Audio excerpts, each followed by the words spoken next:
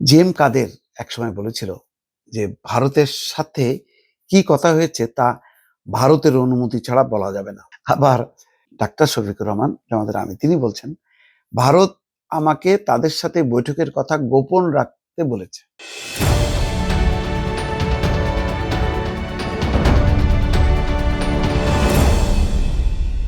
বাংলাদেশের রাজনীতি খুব ইন্টারেস্টিং। ভারতের সাথে সম্পর্ক মধুর না তিক্ত তা দিয়ে অনেক কিছু নির্ধারিত হয়। এক পক্ষ যদি মধুর হয় তাহলে খুব খুশি হয়, তৃপ্ত বোধ করেন।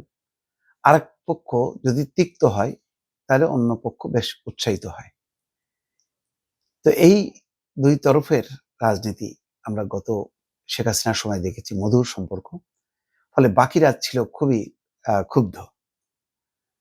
কিন্তু শেখ হাসিনা তো চলে গেছে, তারপরেও কিন্তু ভারত রয়ে গেছে। শেখ হাসিনা ভারতকে নিয়ে চলে যেতে পারেনি দিল্লিতে।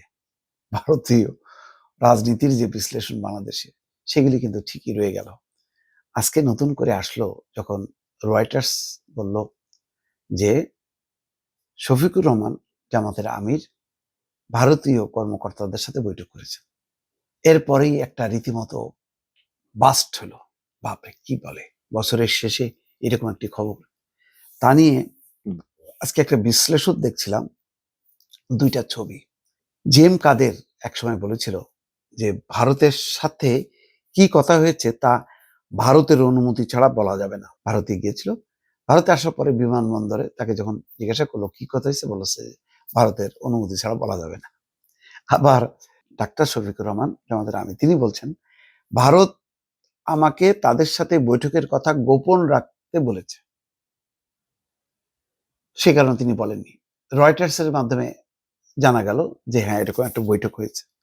আজকে জামাতের পক্ষ থেকে এটা একটা বক্তব্য দিয়েছে, সেই বক্তব্যের আমি বিশ্লেষণ করছি। কিন্তু এই যে লুকোচুরি, মুখে আমি বলছি যে দিল্লি না ঢাকা, ঢাকা ঢাকা, আবার ঠিকই তো তাদের নেতারা ভারতের কর্মকর্তাদের সাথে বৈঠক করছেন, বলছেন, কথা হচ্ছে, তো ভালো এটা।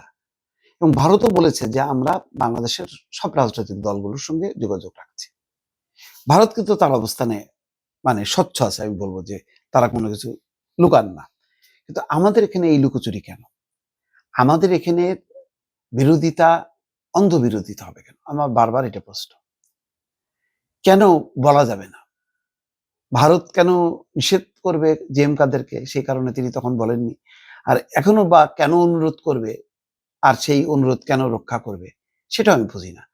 পরিষ্কার হলেই চলে যে ভারত বাংলাদেশের সঙ্গে তার যে সম্পর্ক, সেই সম্পর্কের একটা ধারাবাহিকতা রক্ষা করার জন্য তারা আমাদেরকে বলছে। কারণ আগামী রাজনীতিতে আমরাও একটা ফ্যাক্টর, আমরা হয় সরকারে যাব, নাই বিরোধী দলে যাব। তো এটা গোপনের কি আছে? কিন্তু গোপন করা হয়। কারণ জামাতের আমির, আমি যেটা গেস করি যে যদি ভারতীয় কর্মকর্তাদের সাথে দেখা হয়েছে, কথা হয়েছে, এই কথা যদি প্রকাশ করেন, তাহলে হয়তো ভারত বিরোধী রাজনীতির যে একটা সুবিধা, সেই সুবিধা থেকে বঞ্চিত হবে। কারণ বিএনপিকে ঠেলে দেওয়া হচ্ছে যে তুমি ভারতের দোসর, ভারতের দোসর। তার বিপরীতে যদি আমি ভারত বিরোধী, আধিপত্যবাদের কি কি সব স্লোগান দেয় না আজকাল পোলাপানরা, আর মোটামুটি বাইরের থেকে তো একটা বেশ বিপ্লবী হুঙ্কার শুনি।